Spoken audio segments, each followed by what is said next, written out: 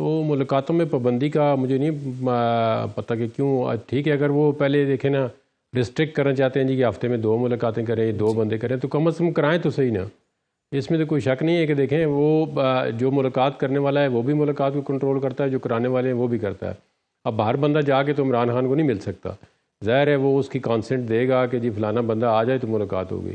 تو یہ دونوں پارٹیوں کی کانسنٹ ہے. ٹھیک ہے فیملی کے ممبر تو مل سکتے ہیں، اس میں تو کوئی شک نہیں ہے کہ ایک جتنا بھی اس کا ہفتے کا ڈے ہوتا ہے، جو بھی ہو، ٹیوزڈے ہو، وینسڈے ہو، یا جو بھی ایس او پیز کے مطابق. لیکن باہر سے جو بندے، ظاہر ہے اندر اگر سیاسی بندہ اگر قید ہے تو اس کو سیاسی بھی ملنے کے لیے جائیں گے نا. تو اس میں تو یہ نہیں کہہ سکتے جی کہ یہ سیاست نہیں کرتے. بھائی اب سیاست تو ہے ہی، ساری سیاست ہے پاکستان کے اندر. جو آپ اندر رکھا ہے وہ بندہ وہ بھی سیاسی ہے. جو جاتے ہیں تو ظاہر ہے اس کے کنسلٹیشن ہوتی ہے، وہ پارٹی کا ایک بانی ہے، چیئرمین ہے. تو اس میں تو اور ہر چیز آپ کو پتہ ہے کہ جو بھی قیدی اس کی کنٹرول ہوتی ہے. کوئی اس کے اپنے اختیار میں تو نہیں ہوتا کہ وہ اس کی باتیں جو ہے وہ بھی مانیٹر ہوتی ہیں. تو سہیل افریدی صاحب کی ملاقات ہو جانی چاہیے، قانون سازی میں گنجائش ہے، اور یہ ملاقات پھر اس میں کوئی رکاوٹ نہیں ہے آپ کے خیال میں؟ قانون کہاں پہ منع کرتا ہے کہ جی سہیل افریدی کی ملاقات نہیں ہونی چاہیے؟ لیکن آپ ایک صوبے کا ایک مطلب 4 کروڑ یا جتنے بھی اس کی پاپولیشن ہے اس کو ریپرزینٹ کر رہے ہیں وزیر اعلیٰ، تو اس کے جانے سے کیا کوئی آسمان نیچے آ جائے گا اگر ملاقات ہو جائے گی تو؟ کہہ رہے ہیں آپ ٹھیک ہے، آپ کہہ رہے ہیں جی 15 منٹ مل لیں، آدھا گھنٹہ مل لیں، تو اس سے کیا فرق پڑے گا؟ ٹھیک ہے وہ اپنی کوئی چیزیں ڈسکس کر لے گا، وزیر اعلیٰ تو وہ بن گیا ہے. تو اس میں میرا حال میں وہ پابندی نہیں ہونی چاہیے کہ جی اب 1 مہینے کے اندر یا 2 مہینے کے اندر وہ مل نہیں سکتا. اب کورٹ سے بھی انہوں نے آرڈر لیے ہوئے ہیں. تو یہ اس کو ایک انا کا مسئلہ بنانا اور پریشرائز کر کے کچھ چیزیں جو ہے وہ کرنا تو ایک تنگ کرنے والی بات ہے نا. آپ ایک بندے کو دیوار کے ساتھ لگائیں تو پھر آپ کہیں جی وہ پروٹیسٹ بھی نہ کرے، وہ کیا کرے بتائیں؟ اب وہ یہ تو دیکھیں ہر بندے پہ یہ حالات آتے ہیں. کل کو کسی اور پارٹی پہ یہ حالات آئیں گے تو یہ پارٹیوں والے خود ہی اپنے لیے حالات بناتے ہیں، اس کی اگزامپل سیٹ کرتے ہیں. جو یہ کام 2018 میں کرتے رہے ہیں تو آج وہ ان کو پتہ چل گیا ہے کہ اب وہاں پہ وہی کام نہیں کرنے چاہیے تھے، تو آج ان کے ساتھ بھی یہ ہو رہا ہے، بلکہ اس سے زیادہ ہو رہا ہے. تو آگے جو پارٹی زیر تاب آئے گی، جو بھی آئے گی، پتہ نہیں کون سی آئے گی، تو اس کے ساتھ اس سے بھی زیادہ ہوگا. ٹھیک ہے نیازی بڑا صاحب، انفارچونیٹ فیصل وارڈر صاحب نے تو آج بھی کہا ہے جناب کہ اچھی بات ہے کہ پی ٹی آئی نے جو ہے ان کا مشورہ مان لیا اور دیکھا کہ آج ملاقات ہو گئی ہے. تو جیسے کہ سی ایم کے پی سہیل افریدی بھی آج نہیں آئے وہاں پر، تو نیازی صاحب یہ کوئی انڈرسٹینڈنگ کے تحت یہ آپ کی ملاقات ہوئی ہے؟ کوئی کیا بات آپ نے مان لی ان کی، اور رویہ اس کا مطلب ہے آپ کا ٹھیک ہو رہا ہے؟ ہماری کیا انڈرسٹینڈنگ ہونی ہے؟ آپ کو پتہ ہے ہم تو ہمارا سٹانس جو ہے وہ تو صاف ظاہر ہے آپ لوگوں کو. ہم نے کس سطح پہ انڈرسٹینڈنگ کرنی ہے اور کیوں کرنی ہے؟ ہم تو بڑے واضح انداز سے چل رہے ہیں پاکستان کے اندر رول آف لا کے لیے، جمہوریت کی بحالی کے لیے، آئین کی بحالی کے لیے، آزاد عدلیہ کے لیے، شفاف سسٹم کے لیے. ہم نے کیا اس میں اپنا کوئی بینیفٹ دیکھنا ہے؟ فنڈامنٹل رائٹ ہے. پچھلے 1 ماہ سے خان صاحب کو ملاقات اس کی فیملی کے ساتھ، ان کی بہنوں کے ساتھ، پارٹی لیڈرشپ کے ساتھ جو ہے، ایون کورٹ آرڈرز تھے اور مسلسل وہ جا رہے تھے. ناکے پہ روکا جاتا ہے، وہاں پہ بٹھایا جاتا ہے رات گئے تک، کبھی پانی چھڑکا جاتا ہے، کبھی بالوں سے پکڑ کے گھسیٹا جاتا ہے. تو یہ حالات ہیں. اس میں انہوں نے کون سا ہم پہ مطلب جس میں کہہ دیں کہ آؤٹ آف دی باکس جا کے ہم سے کوئی مہربانی کی ہے، وہ بتا دیں آپ.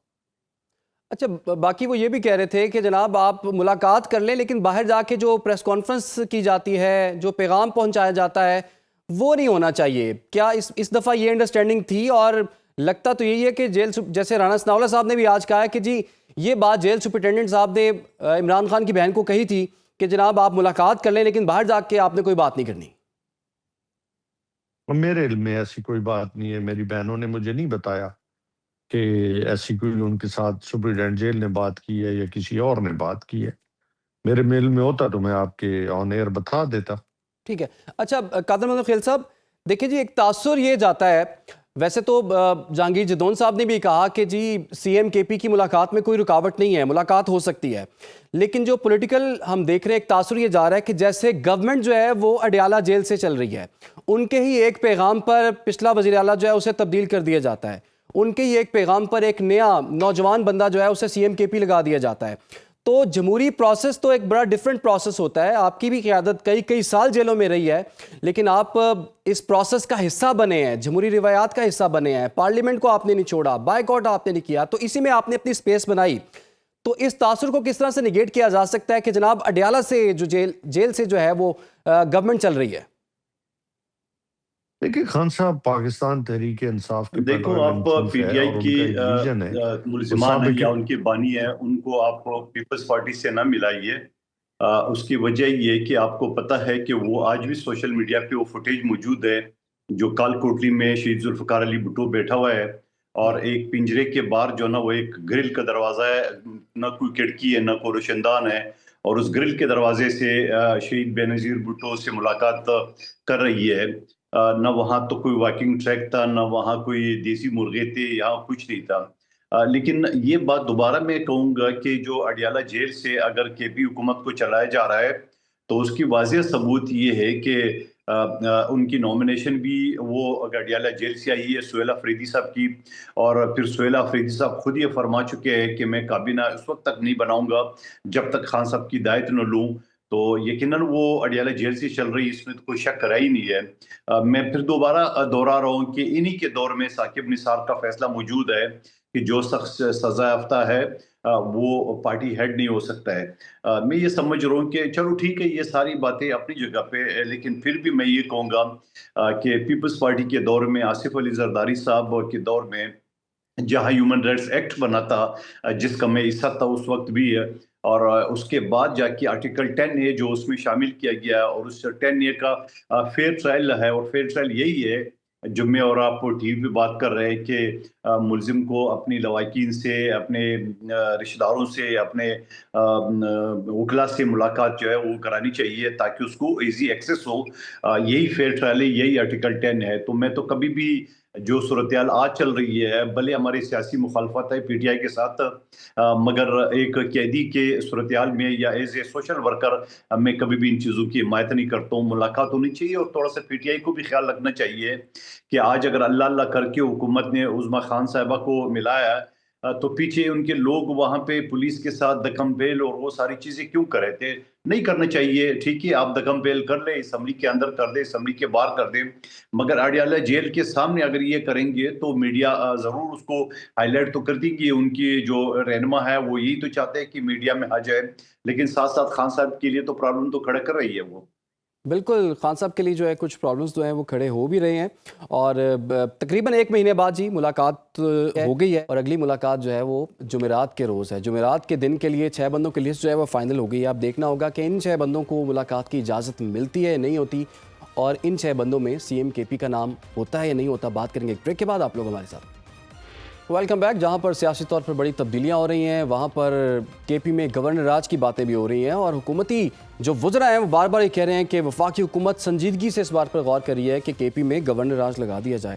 تو امجد خان نیازی صاحب, کہا یہ جا رہا ہے کہ کے پی میں گورنر راج لگ سکتا ہے. آپ یہ بتائیے, آپ کی ایک ہی تو صوبے میں اب گورنمنٹ ہے, اگر وہ بھی نہیں رہے گی تو پھر آپ کے ہاتھ کیا رہے گا؟ پہلے آپ نے اتنا پولیٹیکل لاس جو ہے وہ برداشت کیا ہے, پاکستان تحریک انصاف اگر اس حکومت سے بھی ہاتھ دھو بیٹھی پھر کیا ہوگا؟ وہی ہوتا ہے جو منظور خدا ہوتا ہے. لیکن دوسری بات میں یہ کہنا چاہوں گا کہ اگر جس شاخ پہ یہ گورنمنٹ بیٹھی ہے اس شاخ کو ہی کاٹنا شروع ہو جائے تو وہ خود گر پڑے گی. کہ ان کی جو حکومتیں چل رہی ہیں کے پی کے اندر, جو آج حالات ہیں, پاکستان تحریک انصاف ہی ہے جو اس معاملات کو فیس کر رہی ہے. کے پی کے اندر دہشت گردی ہے, کے پی جو ہے وہ ایک عرصہ دراز سے یہ دہشت گردی برداشت کر رہا ہے. تو اس حالات میں پاکستان تحریک انصاف کو کس بیسس پہ وہاں پہ گورنر کے خلاف جو گورنر ارج لگایا جائے گا؟ کیا وہ آئین کے خلاف حکومت کر رہی ہے؟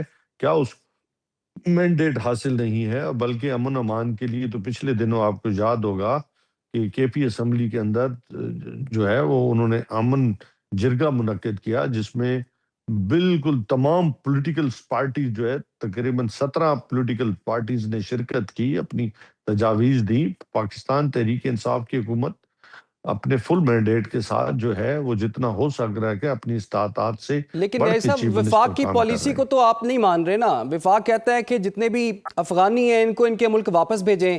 آپ کہتے ہیں ہم نے نہیں بھیجنے. دیگر 3 صوبے تو یہ اس پر کافی تیزی سے کام کر رہے ہیں. لیکن آپ پہ یہ الزام لگ رہا ہے کہ آپ ان غیر قانونی مقیم افغانیوں کو پروٹیکٹ کر رہے ہیں, حفاظت میں رکھا ہوا ہے اور واپس نہیں بھیجنا چاہتے آپ لوگ. پہلی بات تو یہ ہے کہ ہمارے جو نقطہ نظر کو وفاق یا سمجھنا نہیں چاہتی یا سمجھ نہیں پا رہی.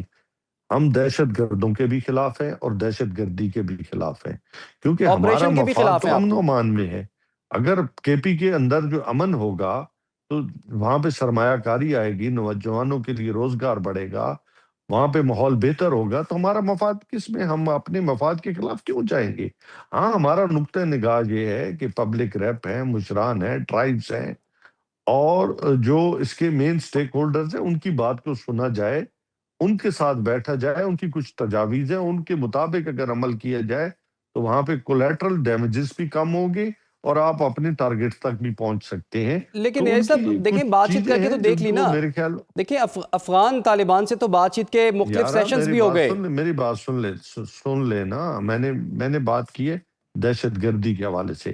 باقی افغان طالبان دیکھیں، افغانستان آپ کا پڑوسی ملک ہے اور پڑوسی آپ کے بدلے نہیں جا سکتے. آج آپ سعودیہ جو ہے گورنمنٹ جو ہے مذاکرات میں درمیان میں ثالث کا کردار ادا کر رہی ہے، ترکی بھی کر رہا ہے، قطر بھی کر رہا ہے، آپ کے جو دوست ممالک ہیں وہ بھی یہ چاہ رہے ہیں.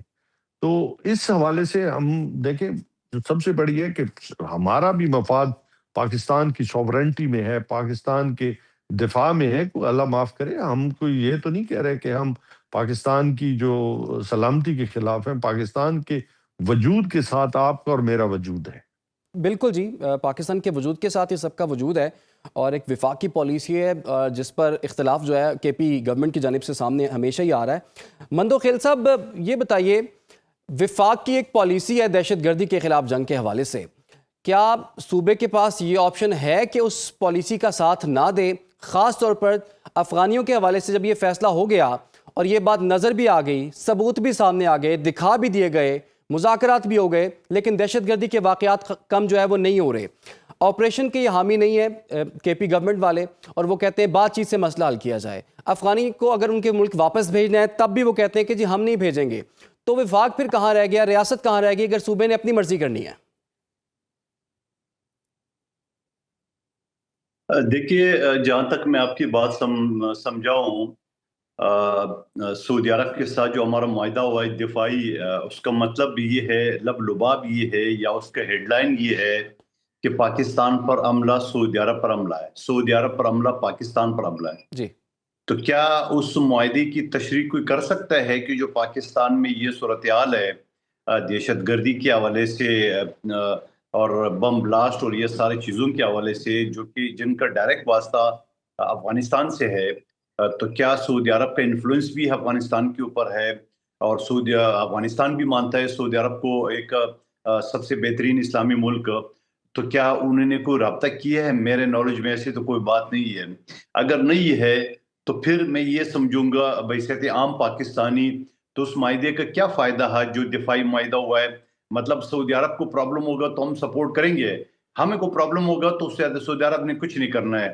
اور پھر جا کے وہ اگر وہ 6 ٹریلین یا کتنا انویسٹمنٹ یا 10 کھرب انویسٹمنٹ وہ کر رہے ہیں ڈالر امریکہ میں, تو کیا پاکستان ان کو نظر نہیں آ رہا ہے؟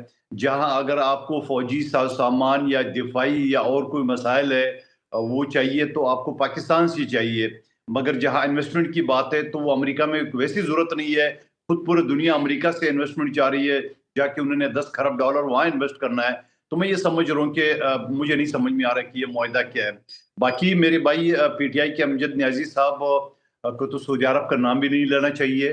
اس کی وجہ یہ کہ سعودی بادشاہ نے جو جہاز خان صاحب کو دی تھی, اور وہ جہاز کی جو بگنگ سسٹم ہے اس میں جو خان صاحب کی گفتگو تھی وہ تو ایک میڈیا اینکر نے ساری تفصیل بتا دی ہے, اور سعودی عرب نے جا کے وہ جہاز خان صاحب سے واپس لی ہے کہ بابا لے لے. اور پھر اس کے بعد 2 ارب ڈالر جو پاکستان کو دیے تھے وہ ریزرو کے لیے, وہ بھی کھڑے لیے پی ٹی آئی کی حکومت نے چین سے جو ہے نا وہ دستی ادار لے کے اور سعودی عرب کو دی ہے.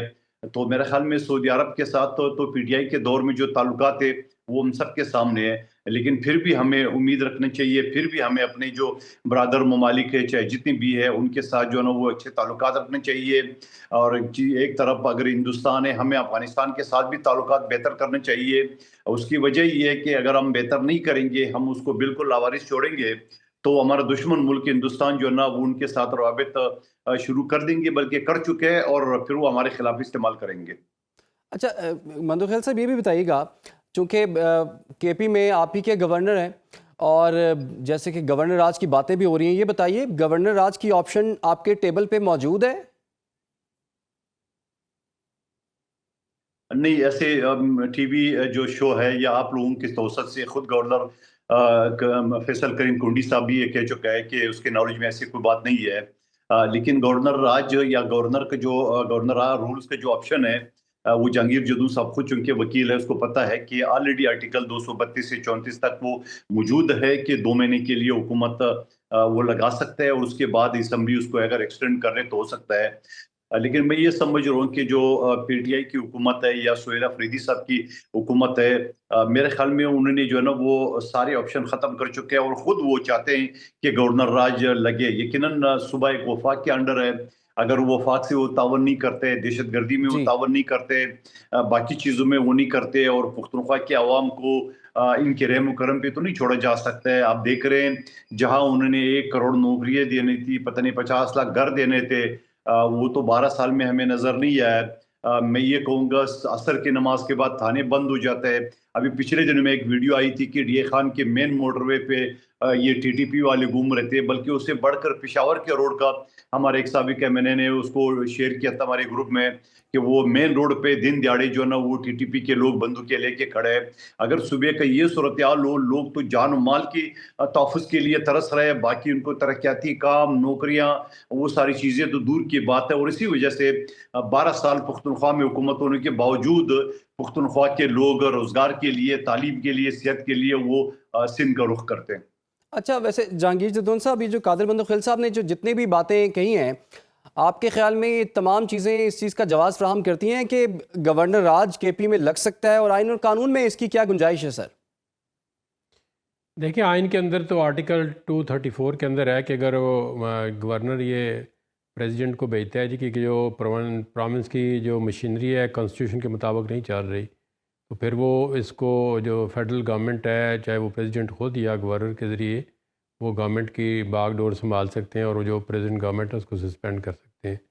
پھر اس کے بعد ایک پروسیجر ہے آگے کہ جی پھر آگے 2 مہینے کے بعد پھر وہ جوائنٹ سیشن ہوگا, اس میں پیش کریں گے, تو 2 مہینے کے لیے ایکسٹینڈ کریں گے. فائنلی میکسیمم 6 منتھ کے لیے لگا سکتے ہیں. ٹھیک ہے, آپ کے خیال میں 6 منتھس کے لیے جو ہے فائنلی جو ہے وہ لگ سکتا ہے؟ پروونس کے لیے جو کانسٹیٹیوشن مشینری جو ہے وہ اگر نہیں چل سکتی آئین کے مطابق, تو اس وقت جو ہے وہ ہو سکتا ہے. تو اب دیکھیں نا, گورننس تو پورے انسٹیٹیوشن پاکستان کے اندر ہی کولیپس کر چکے ہیں.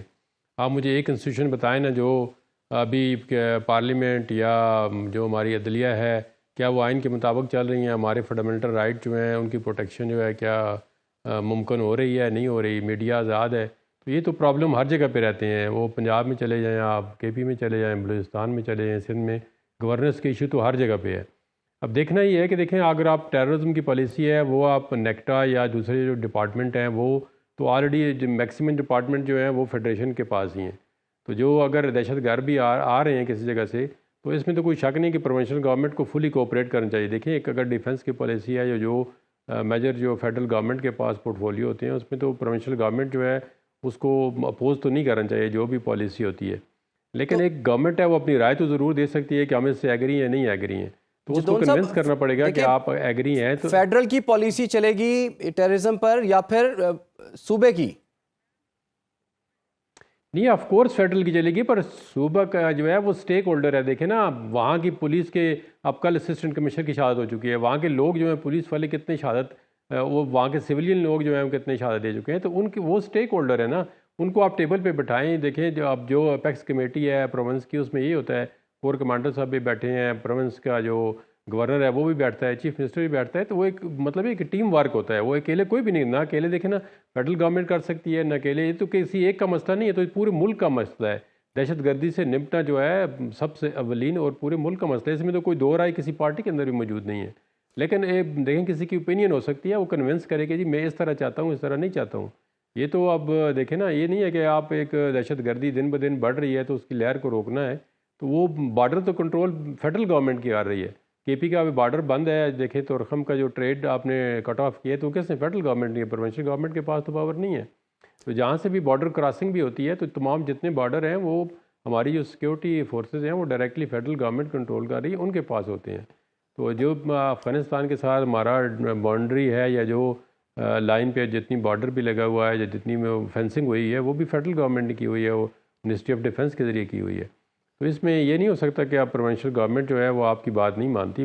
بات تو چیف سیکرٹری دیکھیں کہ کون نامینیٹ کرتا ہے, آئی جی کون اپوائنٹ کرتا ہے, سارے فیڈرل گورنمنٹ. اور فیکچولی دیکھیں آپ, میں آپ کو صحیح بتاؤں تو گورننس کے حالات تو وہاں پہ ٹھیک نہیں ہے, کہ وہ کہتے ہیں ہمارے پاس پاور ہی کوئی نہیں ہے.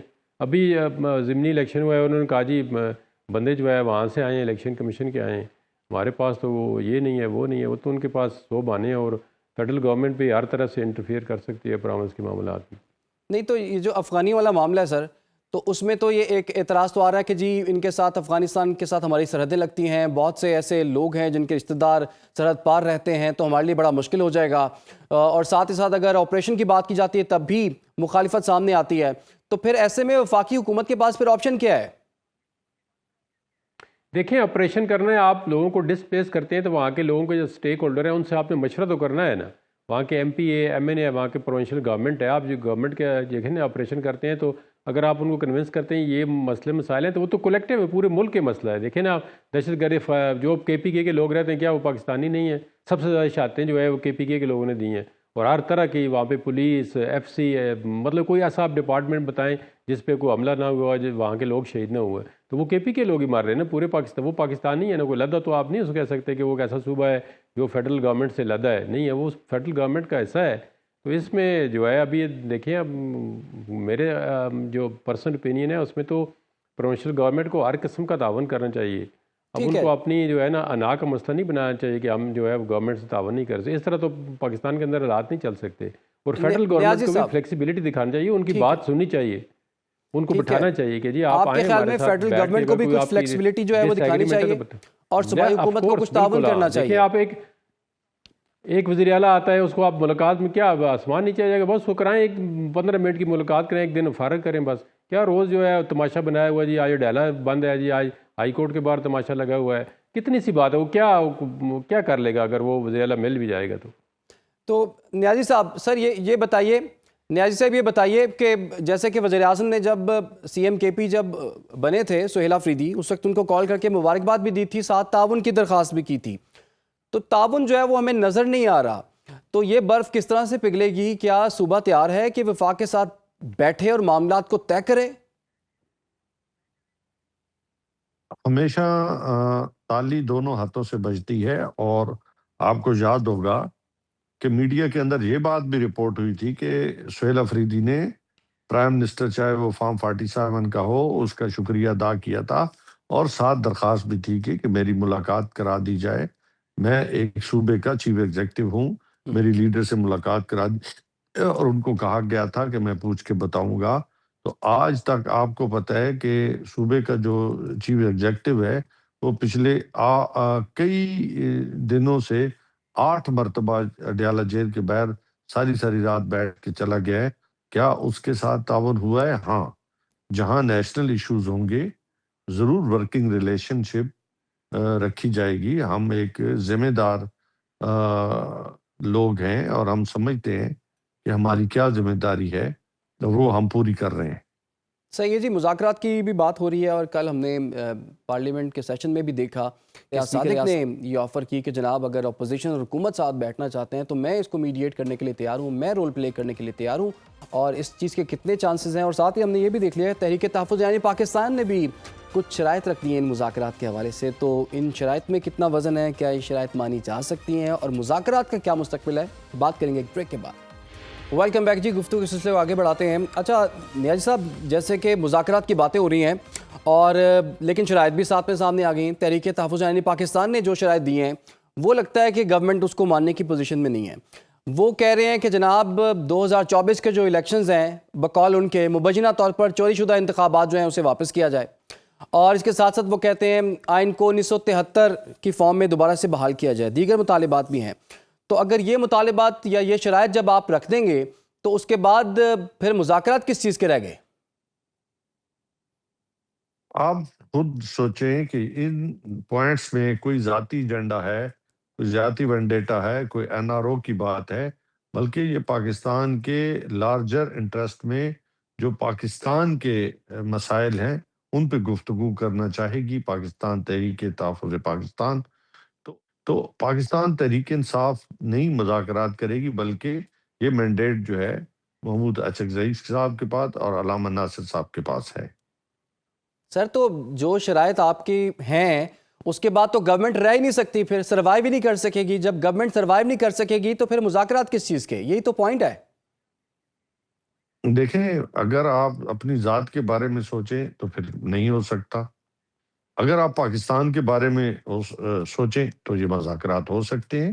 اور ہمیشہ جب آپ سنجیدگی دکھاتے ہیں تو یقیناً اس میں بہت ساری چیزیں ڈسکس ہوتی ہیں اور آگے بڑھا جا سکتا ہے. دیکھیں اب تو 26ویں ترمیم ہو گئی ہے، 27ویں ہو گئی ہے، 28ویں آنے والی ہے. اب کیسے یہ ترامیم واپس ہوں گی اور کیسے 1973 کا آئین جو ہے بحال ہوگا؟ جیسے ترامیم ہوئی ہے اسی طریقے کے ساتھ واپس بھی ہو سکتا ہے اگر آپ سنجیدگی دکھانا چاہیں تو. شرط یہ ہے.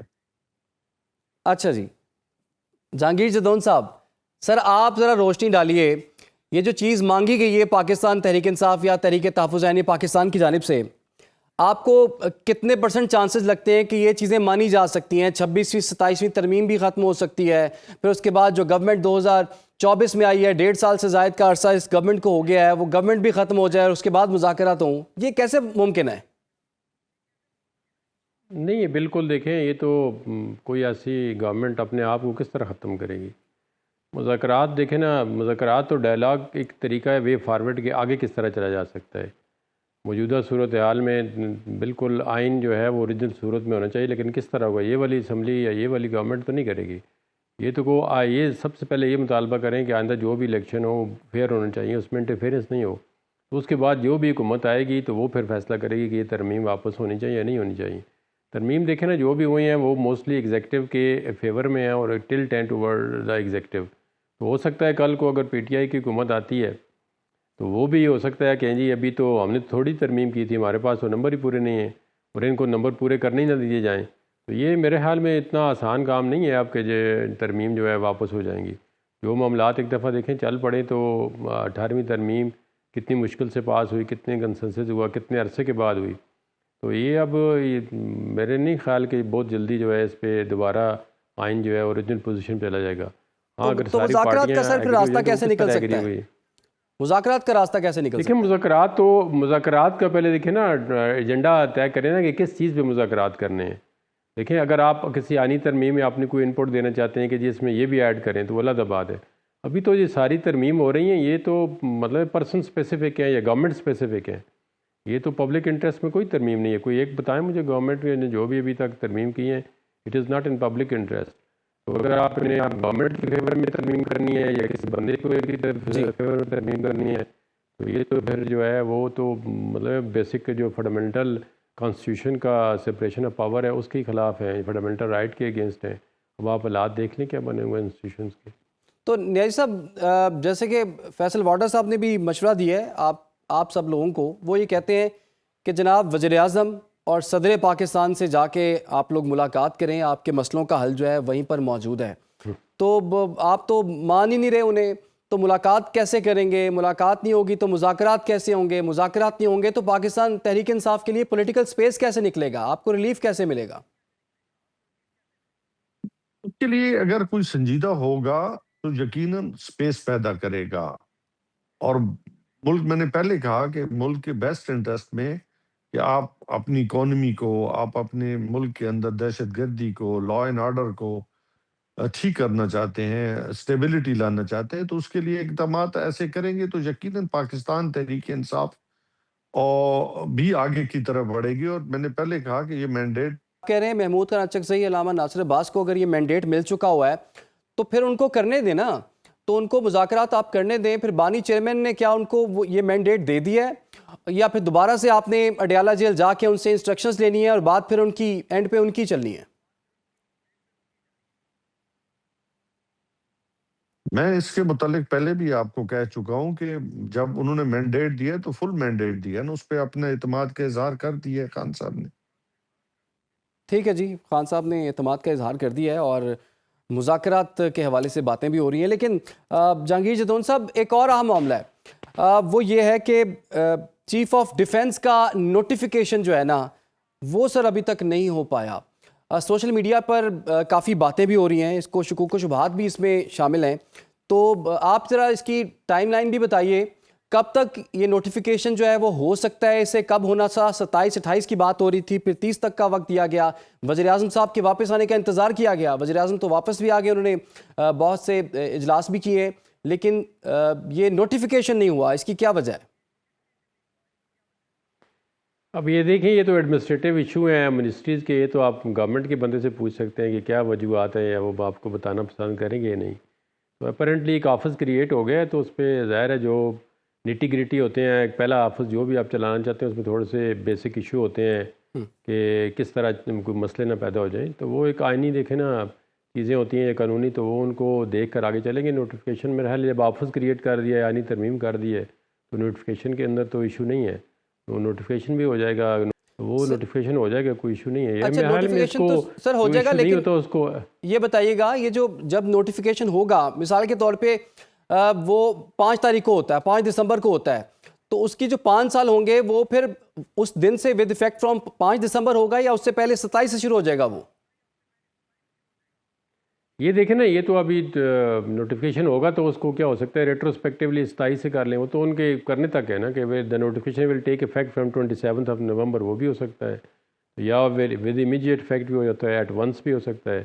تو یہ let the notification come and then we can discuss on it کہ جی یہ کس طرح ہو جائے گا۔ اس میں میرے خیال میں کوئی ایشو نہیں ہے، ویسے ہی بس میڈیا میں اور بات کوئی نہیں ہے، تو سوشل میڈیا نے اس کو اٹھا لیا ہے، تو یہ 2 دن کے بعد ہو جائے گا، 4 دن کے بعد ہو جائے گا، 1 ہفتے میں ہو جائے گا، کوئی ایشو نہیں ہے۔ ٹھیک ہے، بہت بہت شکریہ آپ کا جہانگیر جدون صاحب۔ قادر مندخیل صاحب بھی ہمارے ساتھ موجود تھے، امجد خان صاحب، بہت بہت شکریہ۔ پروگرام کا وقت بھی ختم ہو جاتا ہے، اجازت دیجیے، اللہ۔